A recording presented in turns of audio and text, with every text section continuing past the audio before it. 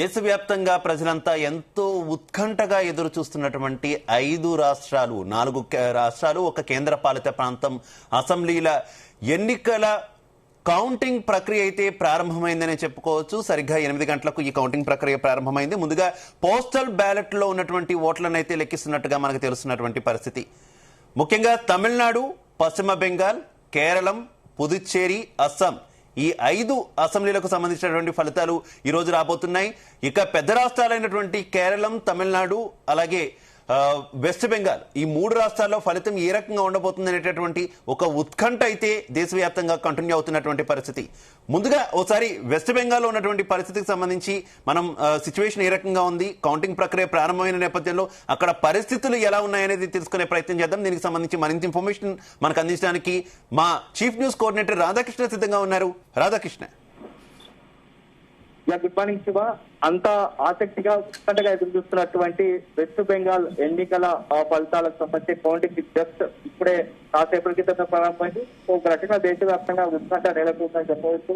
అక్కడ ఓటింగ్ కేంద్రాల వద్ద కూడా ఒకవైపు తృణమూల్ కాంగ్రెస్ సంబంధించినటువంటి శ్రేణులు అవ్వచ్చు, మరోవైపు బీజేపీ శ్రేణులు చాలా ఆసక్తిగా గమనిస్తున్నాయి.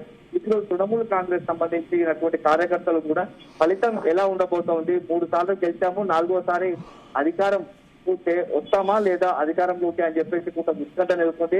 ఇప్పటికే ఒక 2 నిమిషాల క్రితం కౌంటింగ్ ప్రక్రియ మొదలైంది. దీంతో మొదటగా పోస్టల్ బ్యాలెట్ సంబంధించి కొంత కౌంటింగ్ మొదలు పెడుతున్నారు. సో దీంతో పోస్టల్ బ్యాలెట్ లో కొన్ని చోట్ల ఎక్కడైతే అర్బన్ ఏరియాస్ ఉన్నాయో, అంటే సౌత్ సంబంధించినటువంటి పశ్చిమ బెంగాల్ సంబంధించినటువంటి సౌత్ బెంగాల్లో కొంత బీజేపీకి అనుకూలంగా ఉండే అవకాశం పోస్టల్ బ్యాలెట్ లో అని చెప్పేసి తెలుస్తోంది. సో అల్టిమేట్ గా మరి కాసేపట్లోనే 8:30 సమయంలో పోస్టల్ బ్యాలెట్ సంబంధించినటువంటి వివరాలు ఎవరికి ఆశిస్తున్నది తెలుస్తుంది. సో 9 గంటల 5 నిమిషాలకు ఈవీఎంలకు సంబంధించి కౌంటింగ్ మొదలు కాబోతోంది. సో దేశవ్యాప్తంగా కూడా చాలా ఆసక్తిగా చర్చ జరుగుతోంది. ఎగ్జిట్ పోల్స్ వచ్చిన తర్వాత పరిణామాలు మనం గమనిస్తూ ఉన్నాము. ఎగ్జిట్ పోల్స్ వచ్చిన తర్వాత ఎన్నికల తర్వాత రకరకాలుగా అంటే వెస్ట్ బెంగాల్ సంబంధించినటువంటి ఎన్నికల ఫలితాల పైన ప్రతి రాష్ట్రంలో ప్రతి చోట దేశవ్యాప్తంగా చర్చ జరుగుతూ ఉంది. అధికారం ఎవరికి రాబోతోంది, తృణమూల్ దీదియా లేదా మోదీయా అనేది ఒక చర్చ అయితే నడుస్తూ ఉంది. మరి కాసేపట్లోనే అంటే 9:30-10 గంటల సమయంలో తొలి ఫలితాలకు సంబంధించి తొలి రౌండ్ సంబంధించి కొంత బాగా ఫలితాలు వచ్చే అవకాశం కనపడుతుంది. దాదాపు 30-40 నియోజకవర్గాల పరిస్థితి ఎలా ఉంది ఎల్ఈ ట్రెండ్స్ తెలుసుకునే అవకాశం కనపడుతుంది. మొత్తంగా మాత్రం 294 స్థానాలు ఉన్నాయి. అతిపెద్ద వెస్ట్ బెంగాల్ సంబంధించిన స్థానాల్లో అధికారంలోకి రావాలంటే పార్టీ 148 స్థానాలు చేయించుకోవాలి. ఎవరికైతే 148 స్థానాలు వస్తాయో వాళ్ళదే ప్రభుత్వం ఏర్పాటు చేసే అవకాశం ఉంటుంది. సో అల్టిమేట్ గా ఇప్పుడు మోదీ వెస్ట్ బెంగాల్లో ఎవరి ప్రభావం పనిచేసింది, మోదీ మానియానా లేకుంటే దీదీ మాయానా, ఏది పనిచేసింది అనేది మరి కాసేపట్లో మరికొద్ది గంటల్లో తేలుతుంది. ఎందుకంటే ఎన్నో రోజులుగా ఏకఛత్రాధిపత్యం వెస్ట్ బెంగాల్లో పశ్చిమ బెంగాల్లో మొత్తంగా కూడా మమతా బెనర్జీ వన్ నేమ్ ఒకటే. వెస్ట్ బెంగాల్ అంటేనే దీదీ అంటేనే వెస్ట్ బెంగాల్ మారింది.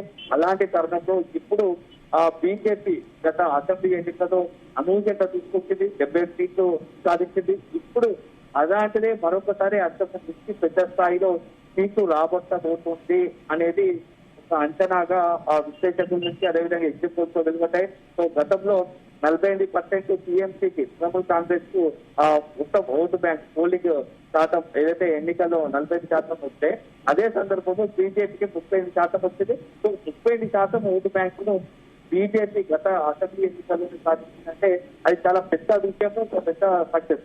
ఇప్పుడు అది గత 5 సంవత్సరాల కాలంలో కేంద్రంలో మోదీ అధికారంలో ఉండడము, సో 3 టర్ములు మమతా బెనర్జీ అధికారంలో ఉండడము, ఇవన్నీ కూడా కొంత బీజేపీకి అనుకూలంగా అడ్వాంటేజ్ గా అనే అవకాశాలు ఉన్నాయి. సో ఈ నేపథ్యంలో హోరాహోరీగా సాగినట్టు కనపడతా ఉంది. దానికి తోడు అత్యధికంగా 99% పోలింగ్ నమోదవడం చూస్తూ ఉంటే ఏదో ఒక భారీ మార్పు జరగబోతోంది పశ్చిమ బెంగాల్లో అనేది అందరి సాధారణ పరిస్థితులు, రాజకీయ పరిస్థితుల నుంచి కూడా ఎగ్జిట్ పోల్ చేసిన అంతటి కూడా ఒక అంచనా ఉంది. సో ఇంత పెద్ద ఎత్తున 93% ఓటు బ్యాంకు పోలింగ్ శాతం నమోదవడం చూస్తూ ఉంది. ప్రతి మార్పు సంకేతంగా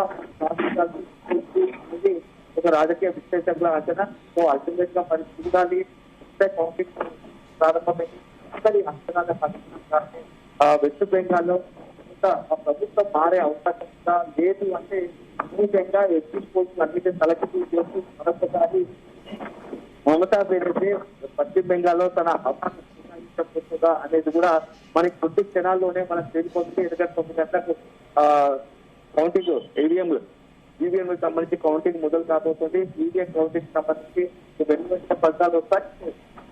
10:30 మధ్య కొంత మనకు ఈ మొత్తం ఏదైతే వస్తాయో తొలి ఫలితాలు అనుకున్నగానే మనం కొంత అంచనా వేయడానికి ఎటువంటి ప్రజలు 10:30 సమయం తెలుసుకున్నప్పుడు ప్రకటన దేశవ్యాప్తంగా ఓకే రాధాకృష్ణ, థ్యాంక్ యూ.